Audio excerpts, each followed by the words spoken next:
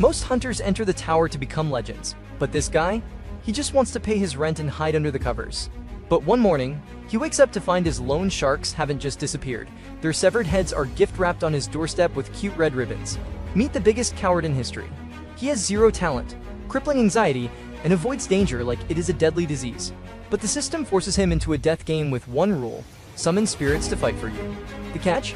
These aren't heroes. They are S-rank psychopaths, and he has to manage their customer satisfaction ratings like an Uber driver for serial killers. He tries to fail on purpose to stay hidden, but his minions misunderstand his orders and accidentally wipe out entire floors in seconds, breaking every record known to man. Now the government is hunting him. The world thinks he is a god, and he is absolutely terrified. You are not ready for the accidental dominance of the wimp that awakens his internal wild stallion. We are dropped straight into a neighborhood that has clearly given up on life. It is the kind of place where studio apartments are basically closets, and the locals spend their time yelling about stolen shoes or just complaining about the air quality. Walking through this delightful scenery is our protagonist, Bonju Hyuk. At 25 years old, Hyuk is living the dream. And by dream, I mean a nightmare of poverty. He is juggling 3 part-time jobs as a cashier, a waiter, and a daily laborer, yet his bank account remains a barren wasteland. He sits in his 180-square-foot rooftop apartment, eating sad instant ramen for dinner again. He knows the truth. He is drowning in debt. He has zero special skills, and his only asset is a body that has not collapsed from exhaustion yet. He fully accepts that he is a pathetic loser with no bright future. But because the universe has a twisted sense of humor, a blue system notification suddenly pops up right in front of his face. It says, "You have awakened." Hyuk nearly chokes on his noodles. He stares at the floating text, wondering if he has finally snapped. Awakening is supposed to be a golden ticket, a chance to hit the jackpot and turn your life around. But our boy is a realist. He knows the tower is not a playground. It is a place where you get torn apart by monsters, crushed by traps, or frozen to death. He immediately regrets quitting his part-time jobs in his mind. He starts spiraling, imagining all the ways he could die. He admits to himself that he avoids confrontation at all costs. He is the guy who crosses the street to avoid a construction site. He is a self-proclaimed coward. He tries to convince himself this is just a hallucination born from fatigue. He decides to check, just in case. He calls out status window. To his horror, it actually appears. The system lists him as Bonju Hyuk, affiliation Black Tower, level 1. His trade is summon. He has 3 skills listed: designated summon, random summon, and summon general skills. He stares at the inventory slot and realizes this is terrifyingly real. He reads the description of his trait. Summoners can call forth spirits, golems, or demonic beasts. He wonders what kind of summoner he is. Feeling foolish, he decides to test it right there in his room. He shouts random summon. He expects nothing to happen. Everyone knows skills only work inside the tower. Using a skill outside is impossible. He feels like an absolute idiot for even trying. But then the system chimes in. You have activated random summon. A glowing purple light explodes in his room. Hyuk panics as a figure materializes. It is not a monster or a cool dragon. It is a dude. A human man with red hair stands there, looking confused. Hyuk is baffled. He did not know you could summon people. The summon guy sniffs the air. He completely ignores the magical situation and focuses on the ramen pot. He asks if he can have just one bite. Hyuk stares at him. He just performed a miracle of magic, and he summoned a moocher who wants his dinner. The redhead starts slurping down the noodles, complaining that it is spicy, acting like he owns the place. Hyuk is bewildered. How did the skill work outside the tower? And who is this guy? The status window helpfully provides an update. It explains that human summons come in tiers, just like a gacha game. Ranks go from rare all the way to legendary, special, super rare. The system also lays down the law. The summon must protect the summoner above all else, and they must absolutely obey the summoner's orders. Hyuk latches onto that last part. Absolute obedience. That sounds promising. The system then reveals the identity of the noodle thief. He is John Kozak, an SR rank entity. His title? The Mad Assassin of the Cruel Assassins Guild. Suddenly, Hyuk is hit with a massive headache. It feels like his brain is being rewritten. He gets flooded with Kozak's memories. He sees visions of Kozak slaughtering people effortlessly. He sees the man gift-wrapping the severed heads of his victims. It turns out the nickname Mad Assassin is very literal. Kozak's life ended when he failed to assassinate the Empire's strongest swordmaster. Hyuk snaps back to reality, terrified. He is locked in a tiny room with a mass murderer. He jumps back as Kozak approaches him. The assassin apologizes for startling him and humbly asks if there are any orders. Hyuk remembers the absolute obedience rule. He decides to test it with a high-stakes mission. He tells the legendary assassin to wash the ramen pot and wipe the table. Kozak does it instantly. No complaints. He is efficient and polite. Hyuk watches him and thinks this is actually pretty convenient. But he needs to be sure. He decides to push his luck. He orders Kozak to bark like a dog. Without a shred of hesitation or dignity, the deadly assassin gets on the floor and starts barking. Hyuk is amazed. The control is absolute. Just as he starts to relax, someone bangs aggressively on the front door. A voice yells for Bonju Hyuk to open up. Hyuk freezes. He forgot what day it is. It is interest payment day. He owes 10 million won to a loan shark because banks would not touch him. He needed the money for his dad's hip surgery and his brother's college tuition. It was a desperate move, and he has already paid 5 million in interest without even touching the principal debt. The loan shark is outside. Hyuk panics. He turns to Kozak, who has already summoned a dagger and is ready to murder whoever is at the door. Kozak asks for the order to bring Hyuk the intruder's head. Hyuk frantically waves him off. Murder is generally frowned upon in modern society. He orders Kozak to hide in the bathroom, keep his mouth shut, and not make a single sound. He asks if he can still breathe, and Hyuk graciously allows it. Kozak vanishes into the bathroom just as the loan shark barges in. The thug grabs Hyuk by the back of the neck, asking why the payment is late.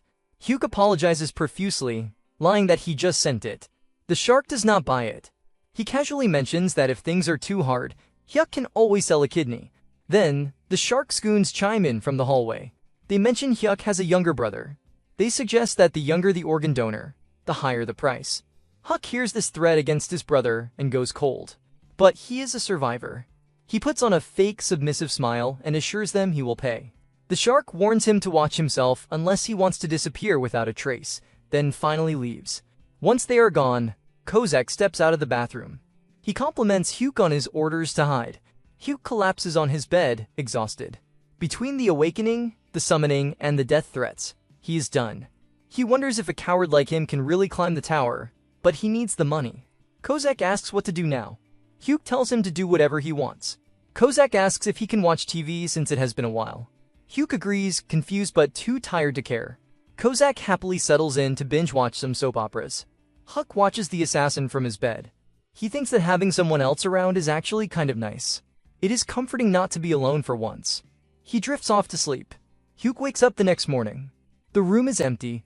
The 6-hour summon duration has expired. He sees a notification confirming Kozak has been unsummoned. He rubs his eyes, thinking it was all a fever dream, and decides he needs to get ready for his part-time job. But then he hears the TV. It is still on, playing the morning news. The reporter announces breaking news. Early this morning, the office of the private lending company Smile Cash was destroyed. 3 victims were found at the scene. All of them were decapitated. Hyuk freezes. Smile Cash is his loan shark's company. The reporter continues with the gruesome details. The truly shocking part is that the victims' severed heads were found decorated with red ribbons. Hyuk turns pale. Gift dropped heads. He realizes exactly what happened. He screams, shouting that there was no comfort in this companionship. He did not summon a friend. He summoned a psychotic murderer who went out and slaughtered his debt collectors while he was sleeping. The morning news is delivering a fresh dose of panic directly into our protagonist's veins. The reporter creates a lovely picture of the Smile Cash murder case, confirming that the victims were found decapitated and decorated with festive red ribbons. Hyuk immediately knows this is Kozak's handiwork and realizes he is absolutely screwed. He spirals into a paranoid delusion, imagining himself at his cashier job where a simple customer buying a heart-shaped gift looks like a threat, or worse, someone handing him a severed head. He is terrified that the police will connect the dots to him, so he decides to call out sick from all his jobs because he cannot function while wondering if he is an accessory to a triple homicide. He pulls up the system window to check on his new friend. The status screen confirms that John Kozak is indeed the mad assassin with an SR rank and a human manifestation limit of 6 hours. Hyuk tries to summon him again to get some answers, but the system suddenly turns into a customer service app. A prompt appears asking him to leave a satisfaction rating for John Kozak before he can use the skill again. Hyuk stares at the floating stars in disbelief. The man murdered 3 people while Hyuk was sleeping, which honestly feels like a 1-star experience. He wants to leave a bad review for the trouble he has been caused, but his conscience kicks in. He remembers his mother working as a water purifier saleswoman and how devastated she was by low ratings. Unable to be heartless even to a serial killer, our soft-hearted hero sighs and leaves a polite 3-star rating. Kozak appears instantly, beaming with joy. He thanks Hyuk for the generous 3 stars and promises to work even harder next time, looking suspiciously innocent for a guy who just committed a massacre. Hyuk cuts to the chase and asks if he killed the men who visited the house yesterday. Kozak cheerfully confirms it, stating he took care of them right before his time ran out. Hyuk feels nauseous realizing he is standing in a room with a murderer, but he manages to ask how Kozak even found their office. The assassin explains he planted a tracker's mark on them when they barged in because he identified them as a threat. When Hyuk argues that he never ordered a hit, Kozak recites the 3 principles of summoning again. The first rule is to protect the summoner's life above all else. Even though Hyuk ordered him to stay hidden, Kozak decided that eliminating the threat to Hyuk's safety took precedence over the order to be quiet. Hyuk calls this reasoning psychotic, and Kozak politely accepts the insult as if it were a compliment, admitting he hears that a lot. Our boy starts imagining a nightmare scenario where he bumps into a rude stranger on the street, and Kozak interprets a simple insult as a death threat, leading to more gift-wrapped heads in public. Desperate to put a leash on this madness, Hyuk demands a promise that unless there is a knife literally at his throat, Kozak is not allowed to kill anyone based on mere suspicion. Kozak salutes like a loyal soldier and agrees to use his best judgment, which is incredibly vague and not reassuring at all. Trying to change the subject, Kozak asks if Hyuk has considered climbing the tower. Hyuk's legs start trembling just thinking about it. He admits that while it is a golden opportunity, he is frankly too scared and considers himself a coward compared to the brave heroes who saved the world. He expects Kozak to be disappointed, but the assassin's eyes light up. He calls Hyuk the greatest summoner because bravery is poison for a summoner. According to Kozak, a brave summoner is a dead summoner. He prefers a master who prioritizes safety so he can handle all the dirty work while Hyuk lives a long, healthy life. Comforted by the fact that his wimpy nature is actually a strategic asset, Hyuk sends Kozak away and tries to sleep. He wakes up deciding to ignore the tower and just live a normal life now that his debt collectors have mysteriously vanished. But the universe hates him. He gets a phone call from his dad, who reveals that he needs a transfer to a more expensive hospital and that Hyuk's mom has just been fired. The financial burden is back, heavier than ever. Hyuk realizes he has no choice. He gears up in a ridiculous outfit involving full-body safety pads and a helmet, looking like he is about to ride a bike with training wheels. He decides to enter just the first floor for a quick peek. However, he really does not want to go in with the redhead psycho. He tries to use his random summon skill to get literally anyone else, hoping for a legendary rank. The system shuts him down immediately, informing him there is a 28-day cooldown on the skill. Defeated, he summons Kozak again. This time, Kozak thanks him for the 5-star rating. So clearly, Hyuk learned his lesson about keeping the murderer happy. Kozak is thrilled that Hyuk has decided to enter the tower, but he immediately critiques the safety gear. He tells Hyuk to throw away the crude armor, because he will be the ultimate guide. He promises Hyuk will not have to lift a finger. With a deep breath and a very dangerous chaperone, Hyuk accepts the prompt to enter Korea's Black Tower, Floor 1. Our protagonist is making his grand entrance into the tower. And by grand entrance, I mean he is currently trying not to vomit all over his assassin. The teleportation process has clearly done a number on his equilibrium, and he is clinging to John Kozak like a baby koala. They arrive on the first floor, which is a desolate wasteland, not exactly a 5-star resort. Kozak, ever the professional, gently pats him and assures him he will get used to the nausea eventually. As Hyuk stumbles away from the safety zone, clutching his chest, a system notification pops up to save his ego. It tells him that his physical abilities have been enhanced to a mature level just by entering the dungeon. Suddenly, the urge to throw up is replaced by a surge of unearned confidence. He flexes his fingers, feeling stronger, faster, and surprisingly capable. He joyfully believes for a second that he is ready to throw hands. The system assigns the first mission to defeat 5 fat grubs with tough skin within 2 hours. The name sounds disgusting, and the reality is not much better. These are giant, oversized beetles. Hyuk racks his brain for information and remembers that these things are basically the tutorial dummies of the tower. However, dummy is a relative term. For a normal newbie player, whittling down just one of these tanky insects takes about 30 minutes of frantic stabbing. They are legendary for having thick skin that makes blades bounce off. But Hyuk is high on his new stat boost. He decides that today is the day he becomes a man. He asks to borrow a weapon from Kozak, determined to take down at least one bug by himself. He marches up to the nearest giant insect, weapon raised, looking almost heroic. Then the bug twitches. That is literally all it does. It moves an inch. Hyuk's bravery shatters instantly. He spins around and screams for Kozak to save him, abandoning all dignity in record time. Kozak does not judge. In fact, he compliments Hyuk on making a wise decision to retreat.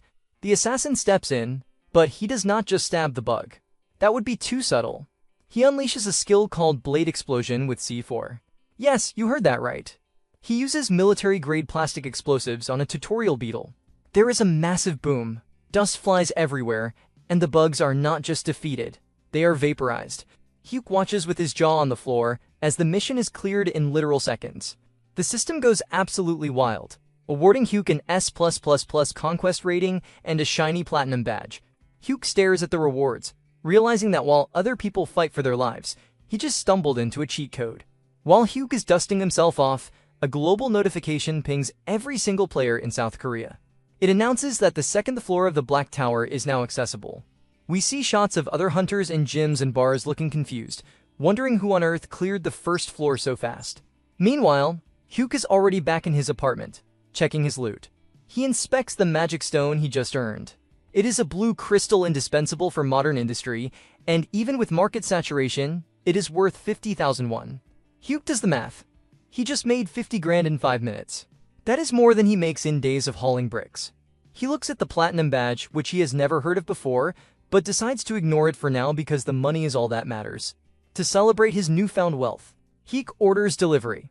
He gets pork trotters, but being a considerate master, he orders the regular flavor instead of spicy. He remembers that the legendary mad assassin has a tongue made of paper and cannot handle heat. Kozak is touched by the gesture but still sniffs the food suspiciously, asking if it is spicy. As they eat, Hyuk brings it something that has been bugging him. He asks if Kozak's archaic, overly formal way of speaking is natural. Kozak admits it is a habit picked up from his previous summoner. Hyuk laughs, noting that it sounds like he is still hung up on an ex-boyfriend. Kozak offers to fix it if it is annoying, but Hyuk tells him to keep it because it is actually kind of entertaining. They share a laugh over pork and murder, solidifying their strange bond. Hyuk finally accepts that the tower is not a death trap, it is his personal ATM. The next morning, Hyuk restructures his entire life. He decides to quit his backbreaking day labor jobs. His new schedule is simple. Work the convenience store by day, the restaurant by evening, and then grind the tower with his assassin summon at night. He summons Kozak again, who is practically glowing because Hyuk gave him another 5-star satisfaction rating. Kozak explains the mechanics. The higher the rating, the better the buffs. High satisfaction leads to longer manifestation times and even rank promotions. Basically, if Hyuk keeps keeping his assassin happy, the assassin gets stronger. It is a win-win. They head to the second floor. The mission is to defeat 10 fat grubs with quick wits. These ones are fast. Hyuk starts to panic, wondering if they can catch them. Kozak just smiles and says he will finish it in 3 minutes so they can go home and eat fried chicken. True to his word, Kozak obliterates the fast bugs. Another S+++ rating. Another platinum badge. Another pile of magic stones. Hyuk realizes this is absurdly easy. They do not stop there. They hit the 3rd floor to fight ice grubs. Boom, cleared. 4th floor. Cleared. 5th floor. Cleared. Hyuk is racking up platinum badges like they are participation trophies. He realizes he can clear a floor in the time it takes to brew a cup of coffee. After the 5th floor is conquered, the system grants him a special privilege for accumulating 5 platinum badges. It is a trade enhancement. Hyuk reads the notification and his eyes go wide. The number of simultaneous summons he can control has increased to 2. Our coward freezes. One psycho assassin was handling everything perfectly. But now he can bring out 2 of them. The tower is not ready for this. Our boy is staring at his status window, calculating his next move like a coupon mom on Black Friday. He realizes that thanks to his recent speedrunning, he can now control 2 summons simultaneously. This means he could technically have a full entourage right now, but he looks at the cooldown for his random summon skill and hesitates. It is over 20 days. He decides to play the long game. Instead of risking a bad pull now, he plans to wait until the cooldown resets so he can roll deep with 3 people, himself, Kozak, and a new meat shield, to ensure maximum safety. He convinces himself this is strategic patience, But we all know he just wants to do even less work than he is doing now. Meanwhile, at the Awakened Management Agency, the government is absolutely losing its mind. A team of very stressed bureaucrats is trying to figure out who on earth is clearing the Black Tower with an S+++ rating. Team Leader John and Section Chief M are sweating bullet because the previous best record for Korea was a pathetic E rank. The director is terrified that other countries will swoop in and poach this super rookie with better benefits, or worse, kidnap them. They order a full manhunt for this mysterious player, unaware that the target of their search is currently sitting in his underwear eating instant noodles. Back in the tower, Hulk and Kozak are treating the 8th floor like a walk in the park. They face off against Red-Horned Frog Warriors, and before Hulk can even blink, Kozak has turned them into sushi. Another floor cleared, another S+++ rating, and another platinum badge. Hulk complains that the hardest part of his day is just the motion sickness from entering the tower, while Kozak warns him that things get real after the 10th floor. Feeling generous, Hulk decides to reward his loyal murderer. He opens his wallet and tells Kozak to go out, have fun, and eat something delicious in the real world. Kozak immediately shuts that down. He refuses to leave his summoner's side, citing absolute obedience. Hulk sides and decides that if they cannot go out, they will bring the party to them. They order chicken, and Kozak is so excited he is practically vibrating. While Kozak is distracted by the poultry, Hulk checks his inventory. He finds 5 tower-exclusive healing potions which he decides to gift to Kozak later. But the real prize is the pile of magic stones. He does some quick mental math and realizes he is sitting on over 3 kilograms of magic rocks. If he sells them, he will have over 1 billion won. Our boy went from broke to billionaire in a week, and he did it without lifting a finger.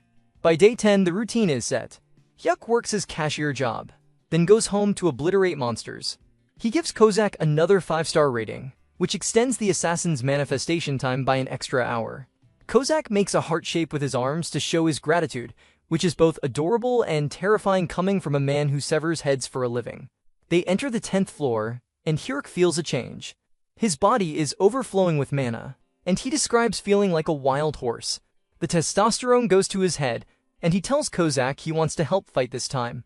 Kozak immediately panics, saying that if Hyuk gets even a single scratch, he will have to smash his own head into the ground as punishment.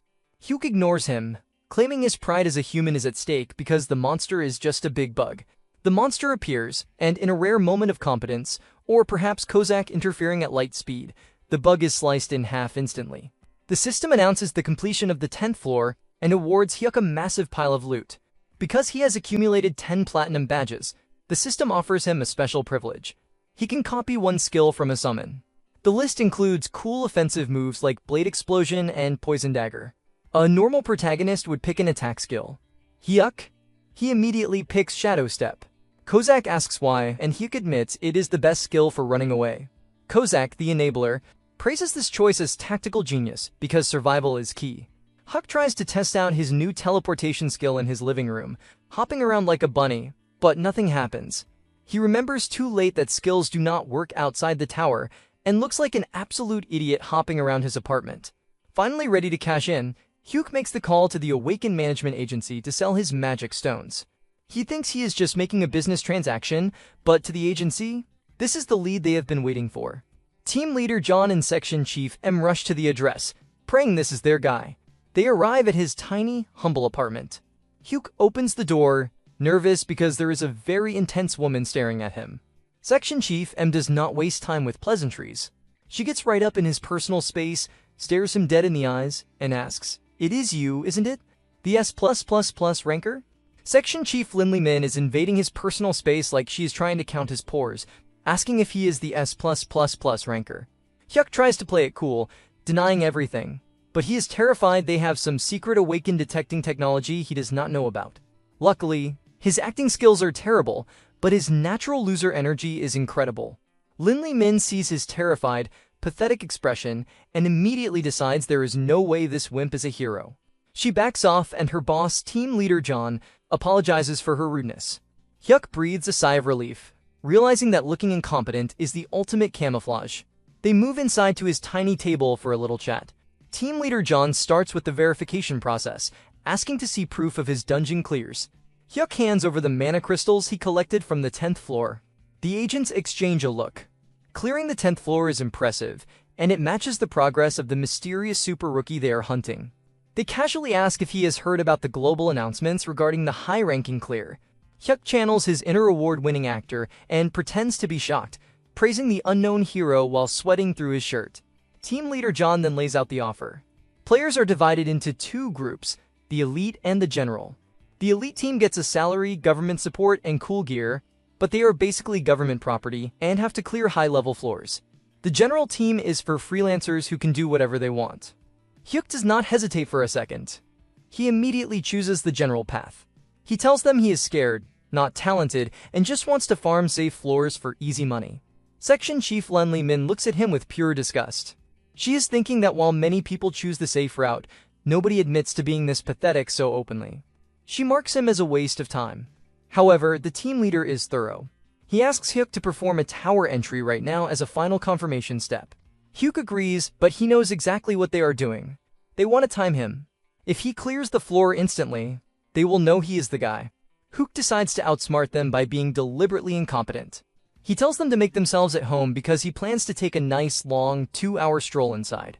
As soon as he disappears, the agents start taking bets on his failure. Lin Li Min predicts he will quit on the 11th floor because the mission involves centipedes, and a coward like him will definitely panic. Inside the tower, Hyuk briefs his assassin. The mission is to kill 100 long-tail centipedes. Kozak, eager as always, offers to slaughter them all in 5 minutes. Hyuk immediately shouts no. He orders Kozak to go slow and steady. He explains that they need a sloppy, messy run to throw the government off their scent. Kozak gives a thumbs up, although he probably thinks his master is playing some 4D chess. They start the level, and Kozak is killing things at a snail's pace as ordered. But then disaster strikes. A giant centipede bursts out of the ground right directly under Hyuk.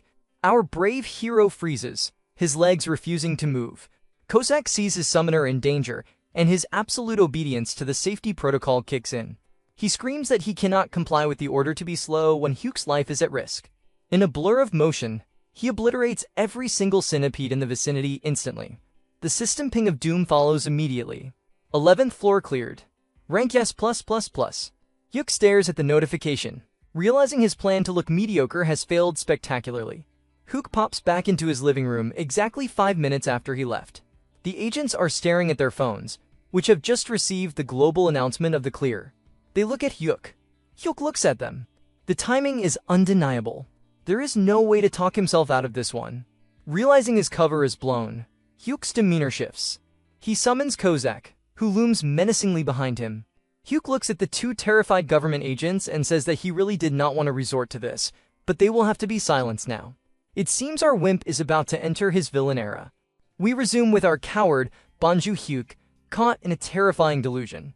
He watches in horror as his assassin, John Kozak, follows his earlier silence them vibe a little too literally and slaughters the government agents right in the living room.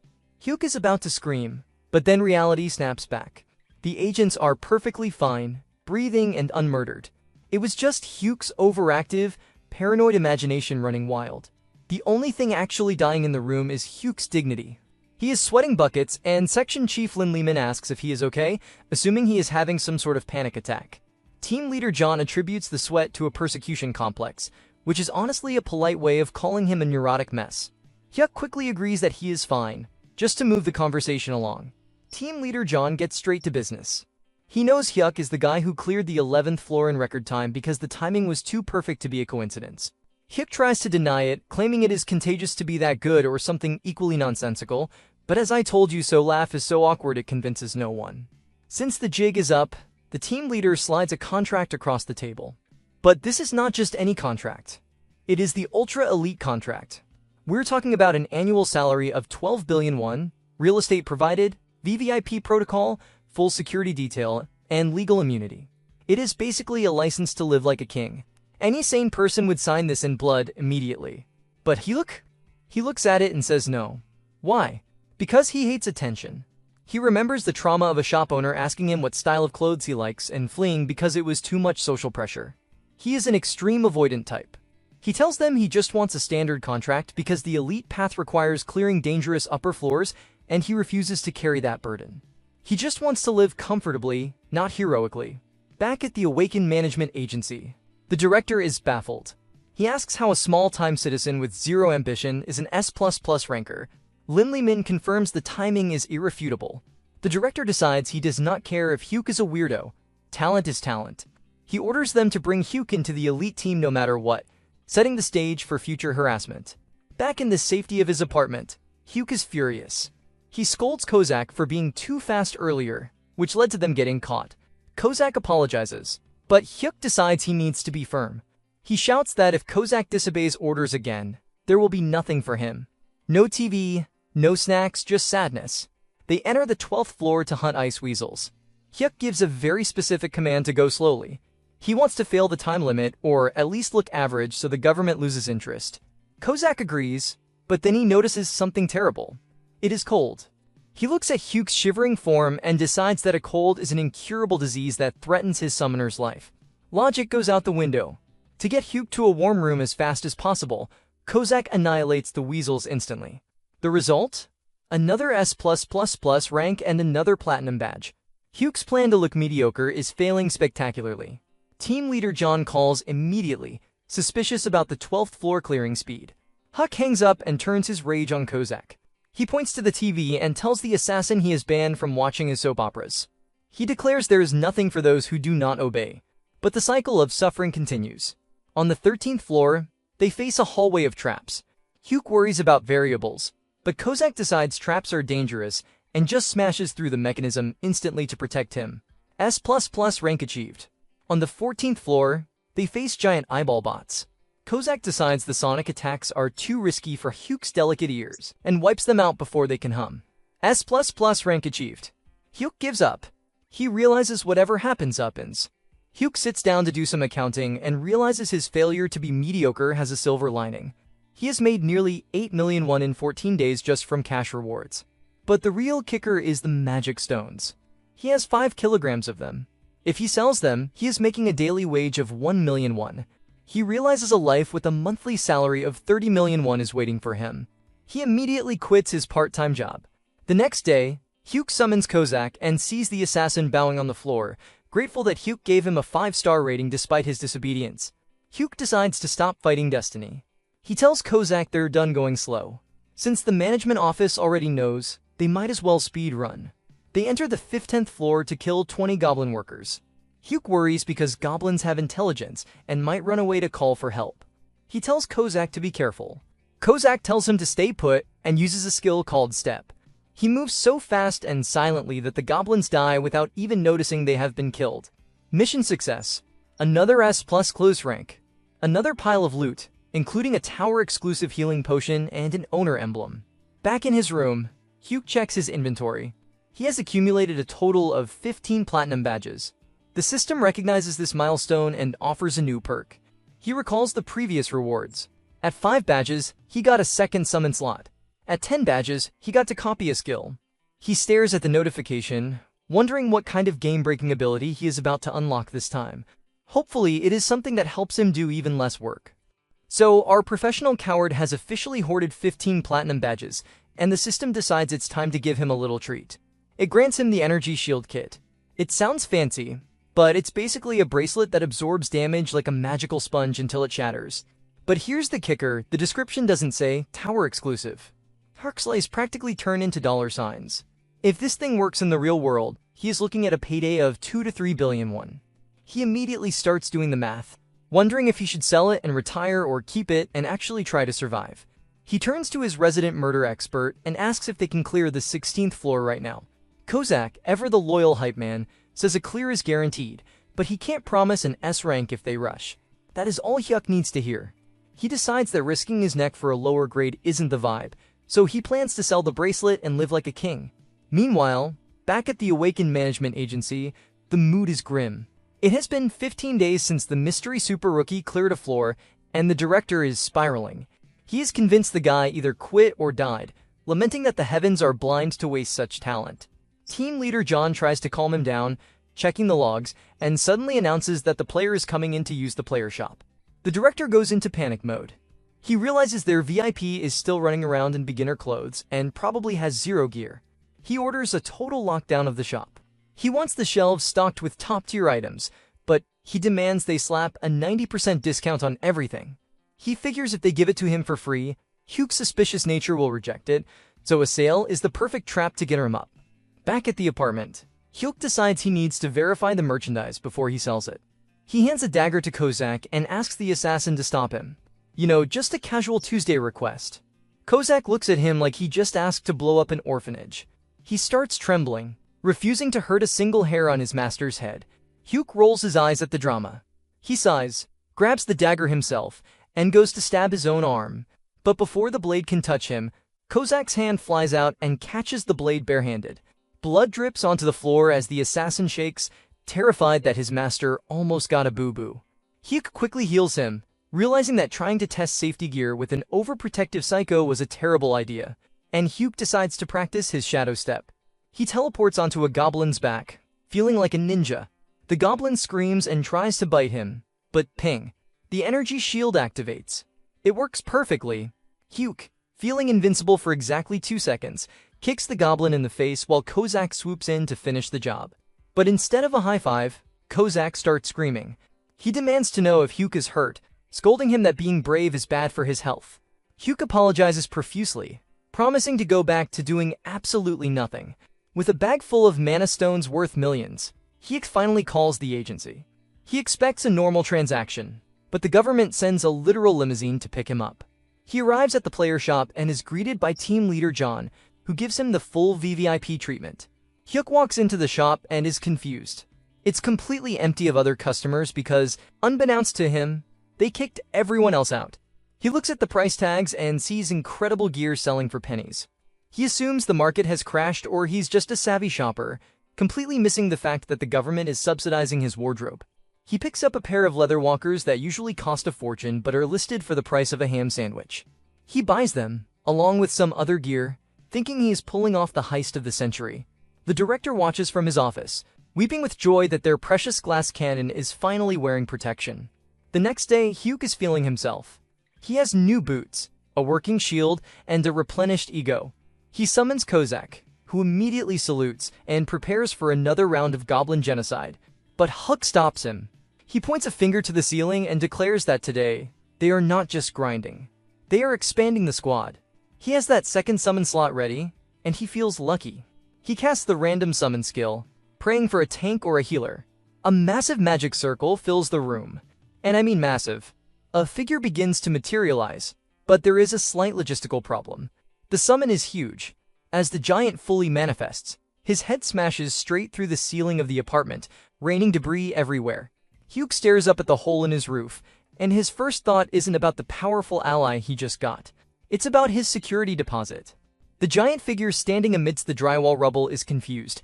Hyuk is mourning his security deposit, and Kozak has decided that violence is the only answer. The red-headed assassin takes one look at the new guy and immediately identifies him as a threat to his monopoly on Hyuk's attention. He screams at the giant to sit the hell down, calling him a running bastard, and launches an attack. Hyuk watches in horror, not because he's worried about blood, but because he really can't afford any more property damage. Kozak is slashing away, screaming, "Die, drop dead," like a jealous ex-girlfriend who just crashed the wedding. But the giant just stands there, completely unbothered. He looks down at the assassin desperately trying to murder him and simply says, "It tickles." Kozak's eye twitches. He threatens to slit the giant's throat and tie a pretty ribbon on it, proving his gift-wrapping obsession is still very much active. Hyuk finally steps in, ordering them to stop before the entire building comes down. Kozak freezes instantly, because orders are absolute, but he is visibly vibrating with rage. Hyuk asks for a status report on the new guy. Kozak spits on the floor and says he doesn't need to know the guy's name because he's a meat shield. He explains that this guy is famous in the underworld for being a total moron who probably doesn't even know the 3 laws of summoning. To prove his point, Kozak quizzes the giant on Article 1. The giant blinks, his brain clearly buffering, and says he doesn't know. He forgot. Kozak looks at Hyuk with a smug, "I told you so" face, suggesting they just kill him now and re-roll the gacha in 100 days. Hyuk ignores the murder suggestion and checks the system window. The new guy is a rare rank, the lowest tier possible, class, Savage Warrior. His name is currently blank, and his satisfaction rating is non-existent. Suddenly, the familiar headache hits, and Hyuk is dragged into the giant's memories. He sees a beautiful, open plain where the giant is frolicking with butterflies. It's all very Disney princess until you realize the giant is also casually snapping the necks of wolves while he plays. The narration reveals the tragedy of this absolute unit. He was a pure soul who found happiness in nature, but he was also dumber than a bag of rocks. A group of so-called heroes tricked him into joining their party, used him as a frontline tank against a Hydra, and let him get melted by acid breath while they stayed safe in the back. He died protecting people who were mocking him the whole time. Hyuk snaps back to reality and looks at the giant with new appreciation. He thinks it's messed up, sure, but he also realizes that a guy who is loyal to a fault and has a high pain tolerance is exactly what a coward needs. He decides to name him. He asks the giant if he prefers Yaman or Gobang. The giant, true to form, says he doesn't know. So, Hyuk goes with Gobang. He smiles and promises to make Gobang happy, which sounds sweet until you remember Hyuk's definition of happiness is staying alive while you do all the work. He introduces Gobang to Kozak, declaring that the three of them are now comrades. Kozak looks like he just swallowed a lemon. He politely agrees to the comrade title while internally calculating exactly how many seconds it would take to dismantle Gobang. The squad is assembled, so they head straight to the 16th floor. The mission is to eliminate 30 goblins. Kozak, ever the drama queen, insists on taking point to protect Hyuk from poison needles. They walk through the forest in a formation. Kozak in front, Hyuk safely in the middle, and Gobang bringing up the rear. Suddenly, a goblin shoots a poison dart. Kozak catches it out of the air with effortless grace, turning back to check on Hyuk with intense concern. Hyuk points out that there are about 50 goblins hiding in the trees. Kozak prepares for a tactical engagement, but Hyuk has a better idea. He tells Gobang to get out in front and block them. Gobang doesn't strategize. He doesn't flank. He just jumps. The giant leaps into the air and lands with the force of a tactical nuke. The shockwave alone knocks Kozak off balance. Arrows rain down on Gobang, but they just bounce off his skin like rubber toys. He laughs, saying it tickles, and proceeds to smash the goblins into paste. Hyuk watches from behind a rock, eyes wide. He realizes that while Gobang is ranked rare, his physical stats are easily SSR tier. The system obviously nerfed his rank just because his IQ is in the single digits. After the massacre, they celebrate with fried chicken back at the apartment. Gobang is delighted. He shoves an entire piece of chicken into his mouth, bone and all, and crunches it down. He looks at Hyuk with pure joy, saying, "Crunchy." Kozak watches this display with utter disgust. He asks if the chicken is spicy, but mostly he's just offended by Gobang's table manners. Hyuk tries to foster some team spirit, telling Kozak that Gobang is family now. Kozak snaps back, asking why he has to be family with a vacuum cleaner who eats bones. The next day, they hit the 17th floor. Hyuk, feeling the effects of leveling up, starts feeling a little cocky. He clenches his fist, feeling the mana surge, and wonders if the wild stallion inside him is finally waking up. He thinks maybe, just maybe, he should join the fight today. Kozak immediately shuts that nonsense down. He tells Hyuk to stay in the back because getting confident usually leads to getting dead. They encounter a battalion of goblin warriors. These aren't the naked scrub goblins. These guys have shields, armor, and formations. A normal player would need to lure them out one by one. Hyuk looks at the army. He looks at his wild stallion fists. Then he looks at his giant, invincible tank. He decides that strategy is for people who don't have a Hulk. He orders Gobang to wipe them all out. As the giant charges in, he asks the universe what kind of broken ability he's going to get next, because at this rate, he's going to conquer the tower without ever breaking a sweat. Gobang charges into the battalion of goblin warriors like a runaway freight train. He is swatting them like flies, and our boy Hyuk watches from a safe distance, absolutely mesmerized. He realizes that strategy and tactics are cute concepts for weak people, but when you have a literal tank, it's like bringing a nuclear bomb to a knife fight. Hyuk compares the goblins to reindeer bikes trying to stop a panzer tank. It is a slaughter, not a battle. Thanks to the giant idiot's rampage, Hyuk clears the 17th floor with another S++ ranking and bags yet another platinum badge. He is swimming in rewards, and his ego is starting to inflate faster than the currency. They move immediately to floor 18. The mission: eliminate 30 goblin assassins. Hyuk yells, "Move out," with the confidence of a general who does none of the fighting. Gobang charges in, ready to smash, but there is a problem. The enemy is invisible. The giant swings his club at thin air, confused because he can't see anything to hit. He stands there looking like a dog barking at a ghost, grumbling that the bad guys are cowards for hiding. Kozak, who has been sulking in the background because he hasn't killed anything in 5 minutes, sees his opening. He steps forward, declaring that he will purify Hyuk's eyes after watching Gobang's pathetic flailing. He sneers that the goblin's stealth is nothing compared to his skills. With a dramatic flair, the red-headed assassin activates Shadow Step. He blurs into motion, tearing through the invisible goblins with surgical precision. It's a massacre. Huck watches him go and realizes exactly what's happening. Kozak took the bait. The assassin was getting anxious that his screen time was dropping because of the new guy, so his competitive spirit kicked in. Hyuk grins, realizing he can manipulate Kozak's jealousy to farm badges faster. He mentally high-fives himself for being a manipulative genius. But then the intrusive thoughts win. Hyuk is currently level 18. He feels the mana flowing through him. And suddenly, we get a visual representation of his ego. He imagines a majestic, muscular wild stallion galloping through a field of flowers. Yes, our boy literally imagines his inner spirit as a horse running free. It is majestic, it is powerful, and it is completely delusional. He spots a lone goblin that slipped through the chaos. The stallion neighs in his mind. Hyuk decides to engage.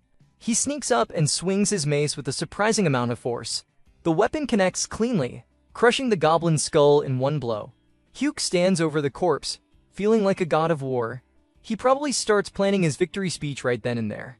But because he is busy celebrating his own greatness, he fails to notice the other goblin uncloaking directly behind him. The assassin raises a dagger, ready to turn Hyuk into a kebab. Hyuk turns around just in time to see his life flash before his eyes. But before the blade can land, Kozak appears out of nowhere. He parries the attack with a look of pure annoyance and kicks the goblin into the next dimension. He shoots Hyuk a glare that implies he looked away for 2 seconds and almost lost his job, but the battle is not over yet. Goblins are swarming everywhere. Gobang is smashing the left flank, and Kozak is holding the right. Hyuk is standing in the middle, adrenaline pumping. The wild stallion is back, and this time, it is not just a hallucination. Hyuk sees 2 goblins rushing him. Instead of screaming for help, he activates Shadow Step. He vanishes from plain sight. He reappears instantly behind the goblins, mace swinging. He delivers 2 lethal blows before they even realize he is there, dropping them both instantly. Kozak, who is about to rush over to babysit, freezes in his tracks. He watches his wimp of a master execute a perfect Shadow Step double kill. The assassin's eyes go wide. He realizes that it took him months to master that footwork, and Hyuk just pulled it off like it was nothing. Our boy is actually talented. Later, in the outside world, the media is losing its mind. The news anchors are reporting on a new wind blowing through the tower. A mystery rookie has cleared 18 floors in 20 days with a perfect S+ ranking. They are calling it unprecedented, rewriting history. Everyone is desperate to know who this god-tier player is. Back in the tower, Kozak hears about the news, but he is not celebrating. He looks grave. He sits Hyuk down for a serious talk. He tells Hyuk that he is improving too fast. Hyuk thinks it is a compliment, but Kozak shakes his head. He explains that Hyuk's Shadow Step was perfect. Terrifyingly perfect. Kozak looks like he is about to have a panic attack. He explains the logic. When a coward gains power, they gain confidence. When they gain confidence, they start thinking they can be a hero. And heroes die. He begs his master to remember their promise of safety first. He does not want a warrior for a master. He wants a coward who stays alive. Hyuk nods, promising he will never do anything dangerous again. But Kozak clutches his chest, muttering that he has a bad feeling. He looks at our boy and sees a disaster waiting to happen, convinced that this sudden burst of talent is going to be the death of them both. Back at the apartment, domestic bliss is non-existent. Kozak is screaming that he is going to boil Gobang alive in a pot, while the giant tank is casually falling backward and crushing the refrigerator. Hyuk screams, not for his summons, but for his appliances. He yells at them to stop destroying the house, but the damage is done. The fridge door is bent, and worse, a precious jar of kimchi has shattered on the floor. Needing to clear his head, our boy decides to visit the only people who don't want to kill him or eat his furniture, his parents. He arrives at his family home. His mom greets him warmly, but the vibe is heavy. His dad is lying in bed, unable to move properly because of his bad hip. Hyuk asks how he is doing, and his dad tries to act tough, grumbling that bones heal easily and he just likes lying down. It is a blatant lie, but Hyuk plays along, helping his father sit up for dinner. They sit down for stew, and the financial struggle is thick in the air. His mom tries to be optimistic, saying she will find work soon, but Hyuk can see the exhaustion on her face. he decides to test the waters. He casually asks what they would think if he awakened as a player. The reaction is immediate. His dad explodes. He asks if that was a joke, warning Hyuk that the tower is not a playground. He says he is the type of man who makes his wife catch cockroaches, but he would rather live in poverty than see his son die in a dungeon. Even Hyuk's younger brother Mahak, who just walked in with tofu, calls it the funniest joke Hyuk has ever told. Hyuk quickly backpedals, but his mom catches him off guard. She asks if he is going to work today. Hyuk lies, saying it is his day off, but his mom gives him that look. She tells him his face shows when he is lying, but she decides to trust him anyway, as long as he avoids dangerous long shots. Hyuk feels guilty, but then he remembers something important. He asks why mom lost her previous job. She explains that she went to fix a water purifier for a rude customer. The customer demanded she clean up their recycling and food waste too. So what did our queen do? She realized the customer rating was going to be bad anyway, so she just dumped the food waste on them and let them have it.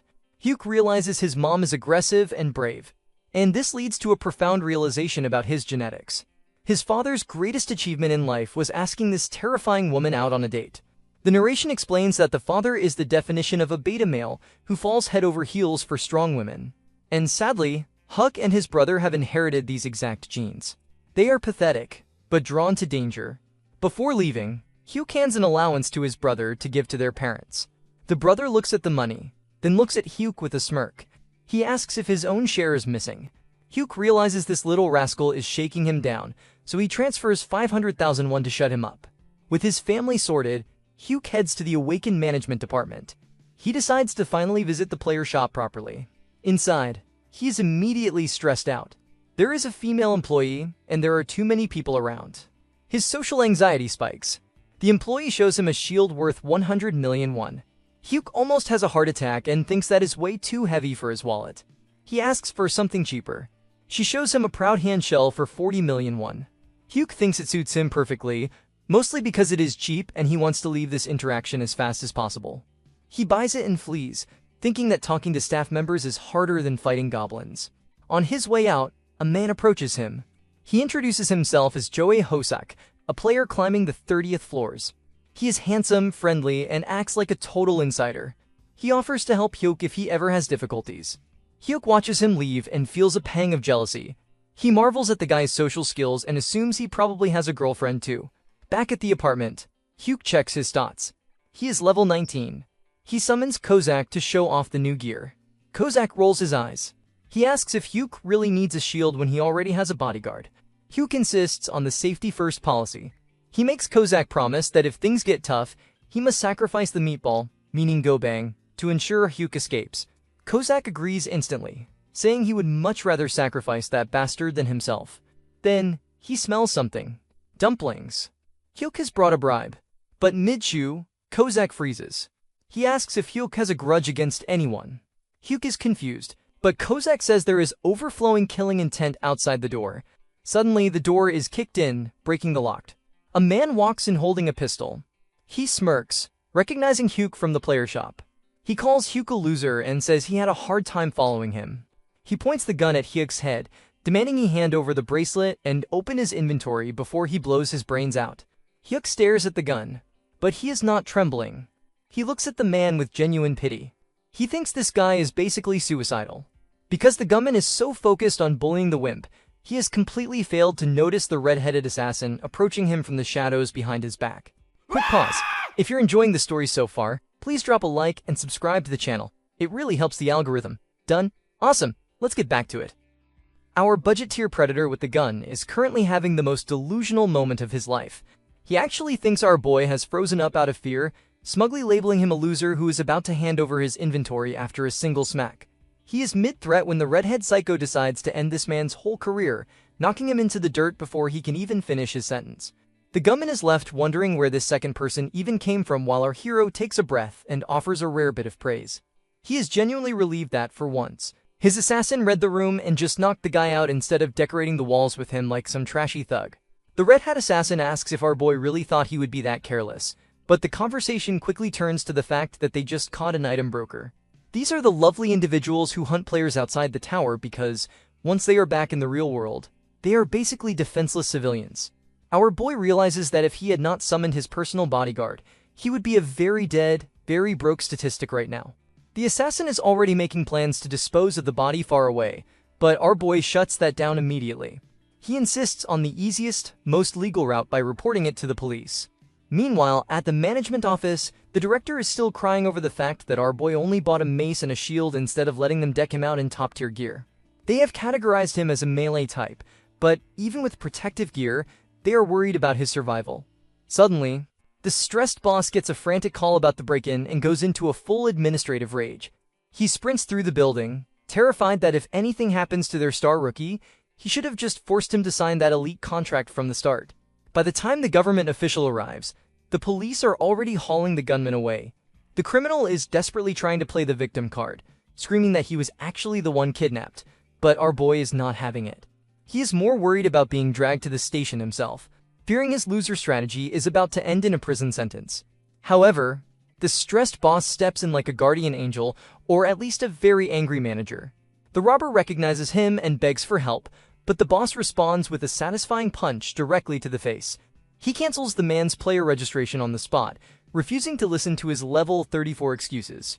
He orders the police to take him away, knowing that once the higher-ups get a hold of a repeat offender like this, no liar in the city will touch him.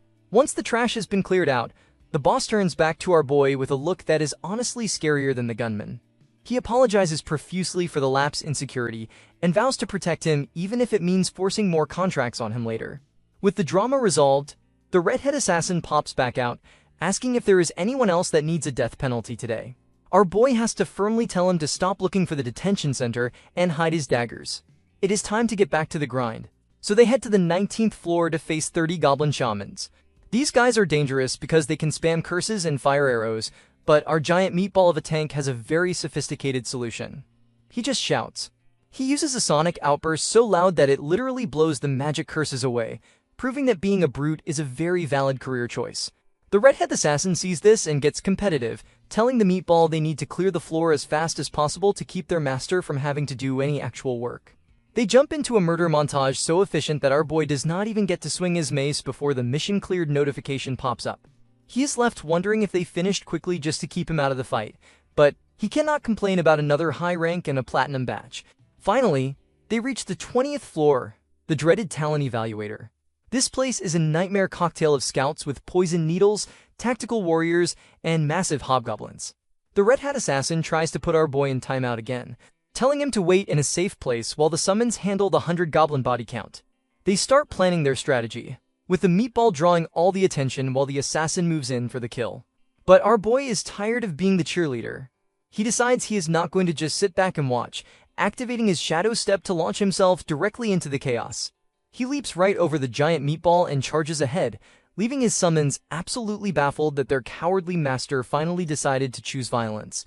Our resident shut-in takes a quick trip down a very pathetic memory lane, reminding us that he has been a professional human doormat since his sandbox days. His origin story is not exactly the stuff of legends. We're talking about a kid who was so non-threatening that other children probably considered stealing his toy cars a community service. By middle school, he had transitioned into a full-blown cafeteria ghost, mastering the art of eating lunch solo while blending into the drywall. He was so terrified of social interaction that he could not even make eye contact with the school bullies, but apparently being a lifetime member of the Losers Club is the perfect training for a tower climber. He figures that since monsters do not have complex social hierarchies or feelings he can hurt, they are much easier to deal with than a group of mean teenagers. To him, this is just a high-stakes video game quest, only with a much higher chance of actually dying and 0 respawn points. Back in the chaos of the 20th floor, our professional coward finally stops acting like a glorified cheerleader and activates his shadow step. He is actually moving so fast that even his resident redhead psycho is impressed, watching him zip around the battlefield like a caffeinated ninja. For a glorious 5 seconds, our hero actually looks like he knows what he is doing as he takes down a few goblins with surprising efficiency. However, the victory is short-lived when the little green boogers start piling onto his back like a pack of aggressive, sweat-stained toddlers. He immediately loses all his cool points, hiding behind his shield and praying that his expensive jewelry does the heavy lifting. Thankfully, his energy barrier kicks in just in time to keep him from becoming a human pincushion for the goblin horde. He realizes very quickly that he might have gotten a little too cocky for someone whose primary life skill is fleeing the scene of any minor conflict. Seeing their master getting dogpiled, The summons finally decide to clock in for work. The Red Hat assassin is genuinely offended that these filthy creatures dare to touch his boss, calling them insignificant trash before slicing through them like a blender set to puree. Not to be outdone, the giant meatball slams into the fray, creating absolute carnage. In the blink of an eye, the system announces that the 100 goblins and the boss hobgoblin have been completely wiped out. The assassin turns to our boy with sparkling eyes, praising him for his incredible initiative, while the tank gives a silent, enthusiastic thumbs up. Our hero stands there awkwardly, realizing that while he started the fight, his employees definitely finished it. Despite doing the bare minimum, the system rewards him with another triple S rank and a platinum badge. Meanwhile, back at the management office, the director is busy being the world's most well-funded stalker. He is digging deep into our boy's family dynamics and discovers a terrifying truth. The head of the household is not the father or the sons, but the mother. Apparently, this woman is so formidable that the men in the house cannot even make a peep when she is around. Realizing he has found the ultimate leverage, the director decides to execute a plan to aggressively support the mother. He figures if they pamper the matriarch with all the authority of the government, our boy will be legally bound to them by gratitude. It is a brilliant, albeit slightly creepy, corporate strategy. Back in the real world, our boy is ready to celebrate his survival with a carb overload. He orders 12 massive bowls of black bean noodles, causing the delivery man to look at him with deep pity. The guy clearly assumes our hero is throwing a sad party for one. To add insult to injury, the delivery guy throws in a single fried dumpling a service. Our boy is visibly offended. He just spent a fortune on noodles, and he gets one measly dumpling and 0 coupons? He goes on a mental rant about how hard it is to even order with coupons these days, proving that despite his millions, he is still a petty cheapskate at heart. He rushes the delivery guy out and tells his roommates they can come out of hiding. The moment the door shuts, the apartment turns into a zoo. The giant meatball is practically vibrating, shaking the floorboards with excitement over the smell of the noodle sauce. The assassin is equally entranced, looking at the takeout like it is a holy relic. Our boy watches the barbarian inhale the food and genuinely worries that the big guy is going to eat the ceramic plate along with the noodles. Ignoring the gluttony, our hero decides to check his loot. He opens his inventory to find that he has accumulated 20 platinum badges, which grants him a special reward. A platinum random box appears, and our boy stares at it, wondering if his luck is about to turn or if the system is just handing him another weird surprise. Our professional coward is currently staring at the floating platinum box with the desperation of a gambling addict at a casino slot machine. The system helpfully scrolls through the potential loot table, and honestly, the options are enough to make a grown man cry tears of joy. We're talking about mana stones, rare herbs, 50 different types of metals, potions, elixirs, and weapons. There are even specialized items like the Rune of Level Up, which lets you gain levels without climbing, and tower jumping tickets, which let you skip floors entirely. Our boy immediately analyzes the list like a coupon clipper. He thinks the tower jumping ticket is trash because skipping a floor means skipping the clear rewards, and nobody wants to be high level but broke. His eyes instantly lock onto the holy grail of this list, the grade confirmation summon ticket. He realizes that if he pulls an Alice R rank summon, basically a god tier entity, he could officially retire from fighting. He starts fantasizing about a life where he sits in a lawn chair sipping juice while his overpowered nanny does all the work. He is practically drooling at the thought of supreme, authorized laziness. He begs the universe for a miracle and opens the box. The results are a mixed bag of chaos. First up, he gets 10 kilograms of man stones. Our boy's eyes turn into dollar signs as he realizes this is basically 5 million won worth of shiny rocks he can sell whenever he wants. Second, he receives a skill book with the absolutely ridiculous name Cow's Lightning Staff. He thinks it sounds like something out of a bad romance novel, but he registers it anyway since he is desperate for an offensive move. But the third item is the real winner, a Rune of Summon Grade Up. This is a total jackpot that can upgrade a summon's rank based on their potential. He immediately faces a parental dilemma. Does he give it to the Red Hat Assassin or the Giant Meatball? He reasons that he should probably give it to the Assassin since they have shared so many meals, although the Meatball definitely ate more of the food. In the end, he decides to hoard it for later since their firepower is already overkill. He decides to test out his new Cow's Lightning Staff skill right there in his room. He tries to unleash the first form, Lightning Soil Chaser, expecting some anime-level special effects. But absolutely nothing happens because, obviously, magic does not work in the real world. While he stands there looking foolish, his Red Hat Assassin asks why on earth he is swinging a mace around indoors. When our boy proudly announces he learned an offensive skill, The assassin looks terrified, like he just watched a toddler pick up a chainsaw. Suddenly, the serious atmosphere is ruined because the giant meatball decides to steal fruit from the assassin, leading to a petty squabble where the assassin calls him a bastard. Once the toddlers calm down, the assassin gives our boy a lecture. He explains that a summoner's job is to sit back and let the help do the work, mentioning that the previous guy with the straight died precisely because he tried to be a hero. But our boy is on a power trip. He insists that he is a tough guy now and needs to test his new toy. The assassin looks at him like he is watching a car crash in slow motion. He warns that for a weakling, an offensive skill is just a fancy way to get killed. When our boy tries to argue that the 20th floor was easy, the assassin snaps. He initiates, summon principal number. Whatever, and suddenly, the giant meatball grabs our boy in a bear hug, effectively holding him hostage for his own safety. The assassin punches the meatball for being too rough but agrees with the method. Once they enter the tower, the meatball will carry the master like a parcel while the assassin clears the floor. Our boy realizes he has lost control of his employees, so he pulls out his ultimate weapon, puppy eyes. He begs, staking his entire dignity on the request to just kill one monster carefully. The assassin sighs, defeated by the sheer cringe of the situation, and agrees to let him kill one slow, lonely monster. But if things get dangerous, the deal is off. They head to the 21st floor, the land of the orcs. The assassin warns that orcs are actually smarter than the meatball tank, which the tank immediately disputes. Before they start, the assassin proposes a humiliation ritual. He wants our boy to practice hitting the tank 10 times. The meatball happily agrees to be the punching bag, promising it won't hurt a bit. Our boy refuses to participate in this degrading exercise and threatens to charge in alone if they keep mocking him. The assassin gives up and they start the mission. Kill 400 orcs in 4 hours. The summons launch forward, tearing through the orcs with such speed that our boy realizes the mission will be over before he even unsheathes his weapon. Just as he is about to panic about being useless, the assassin kindly saves one confused orc for him. Our boy activates his shadow step, jumps into the air while the orc looks up in confusion, and unleashes the lightning soil chaser.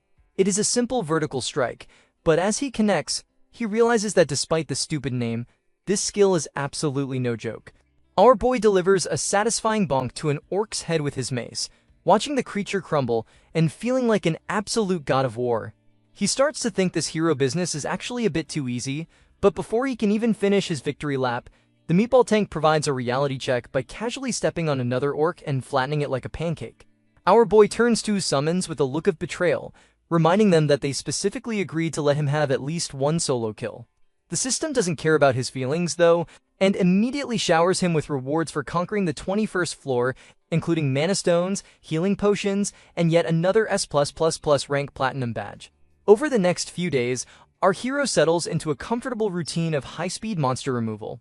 He breezes through the 22nd and 23rd floors with the same perfect rank, and by the time they hit the volcano on the 24th floor, he barely breaks a sweat. Despite the heat, the squad is unstoppable, clearing floors once a day with the efficiency of a well-oiled machine. As he prepares for the 25th floor, our boy realizes that catching only one orc at a time is starting to feel a bit tedious, but he knows he needs to keep building trust with his overprotective employees for now. While getting ready in his apartment, our hero decides it is finally time to be a generous boss. Realizing he hasn't given the guys anything since they signed on, he pulls out a high-grade room he picked up along the way. The Red Hat assassin materializes from the shadows, immediately pledging his loyalty and asking if our boy needs something. Our hero hands over the rune, which turns out to be a grade-up item capable of increasing a summons tier. The assassin is so overwhelmed with emotion that he starts biting the rune to make sure it is real, his eyes practically turning into hearts as he realizes he can finally upgrade to an SSR rank. He is nearly moved to tears, promising he will be able to protect his master even better once he looks like a brand new man.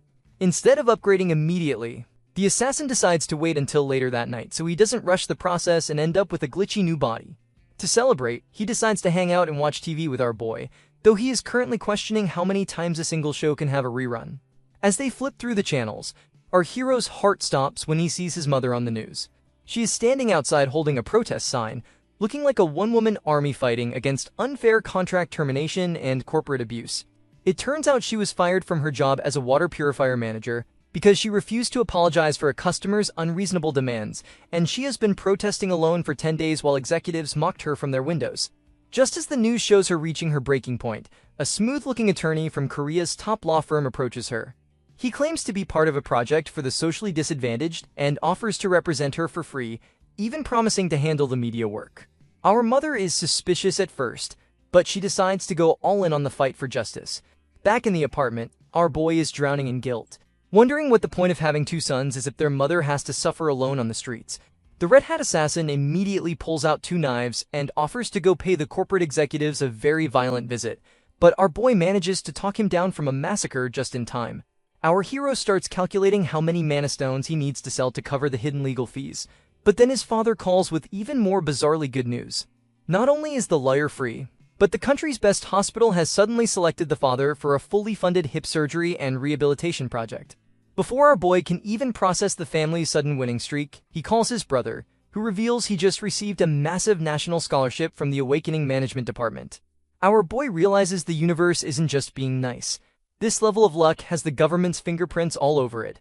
He arranges a quiet meeting with the agency's team leader, and over a meal, he cuts straight to the chase and asks why they are meddling in his family's lives.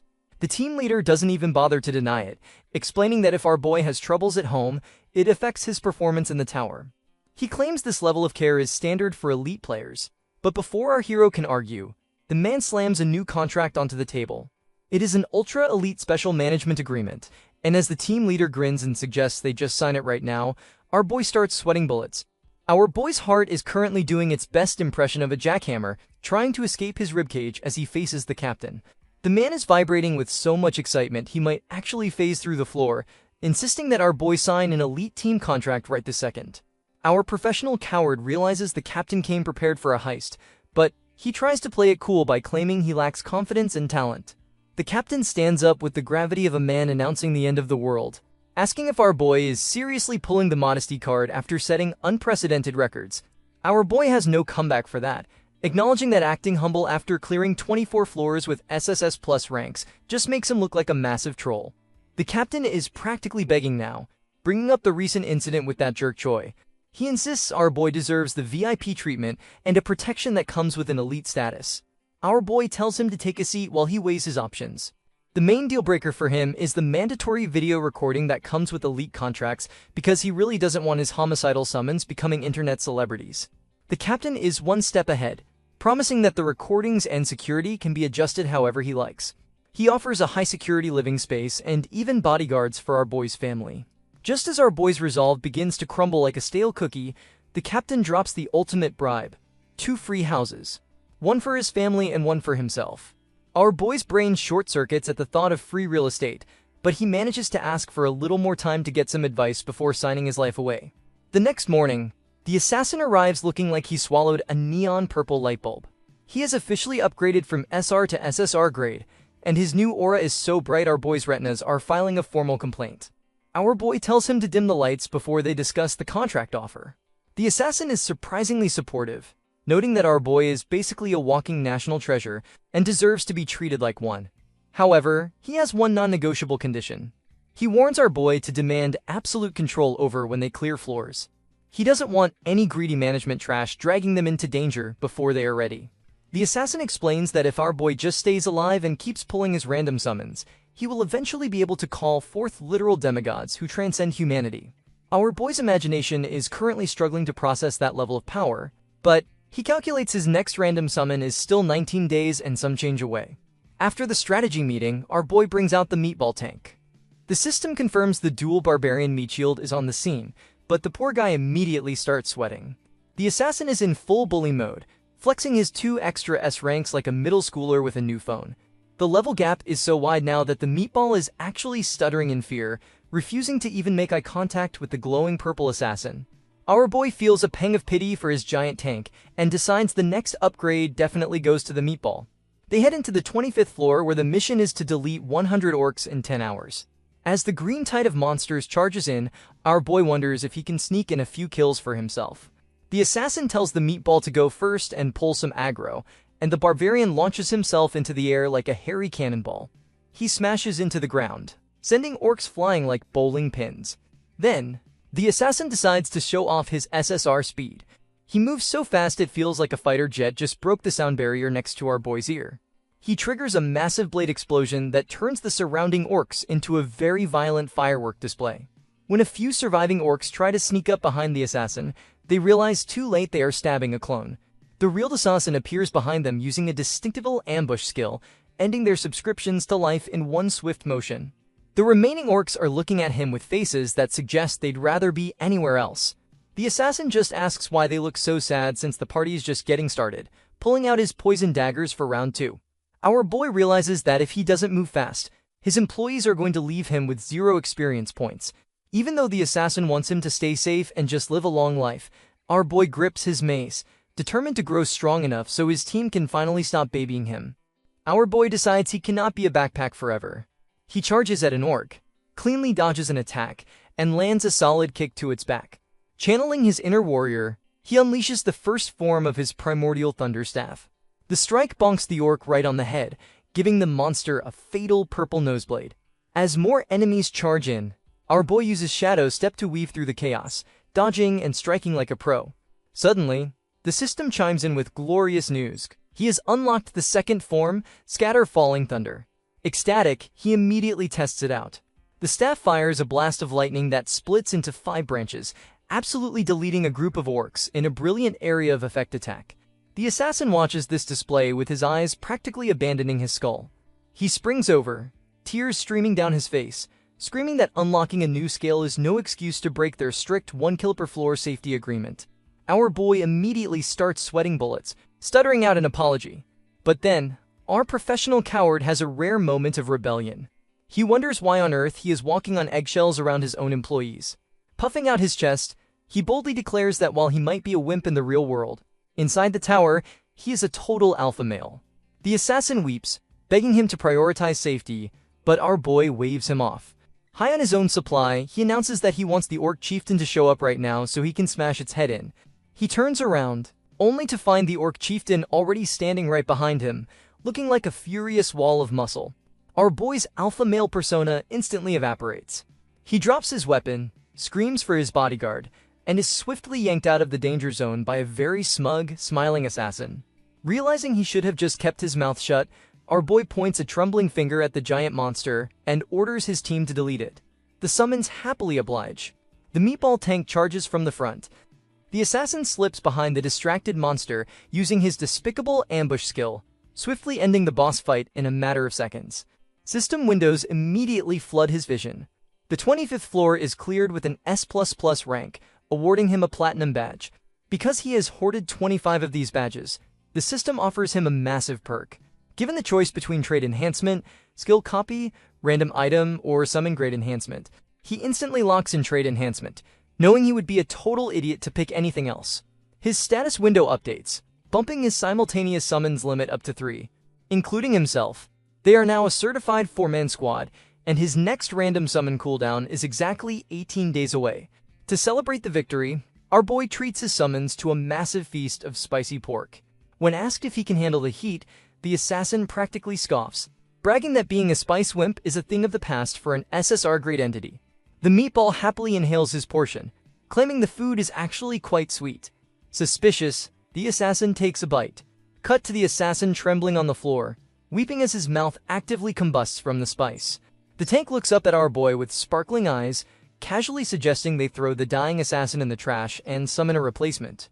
Our boy just laughs off the betrayal. Feeling incredibly confident, our boy decides it is finally time to come clean to his family. He arrives home carrying premium beef, which immediately causes panic. His brother aggressively shakes his shoulders, demanding to know where he got the money, while his mom interrogates him about keeping the receipt so they can return it. His dad plays the peacemaker, telling everyone to just shut up and enjoy the expensive meat. Seeing his family finally eating well, our boy drops the absolute bombshell. He is an awakened player. The table goes dead silent. His brother tells him to just eat his fruit, his mom assumes it is a terrible joke, and his dad asks if he is talking about a video game. Since words are failing him, our boy makes a quick phone call to the management team leader. Soon after, the entire family is standing in the lobby of a hyper-luxurious association building. The team leader formally assures his mother that her son is a precious national stallion and a highly valued elite player. He guides the bewildered family upstairs and opens the doors to a glittering, massive penthouse. Our boy gestures to the ridiculous display of wealth and casually announces that they live here now, leaving his family completely shell-shocked. Thanks for sticking around until the end. If you enjoyed this recap, drop a like and let me know your favorite moment in the comments. I'll see you in the next video for more madness. Peace.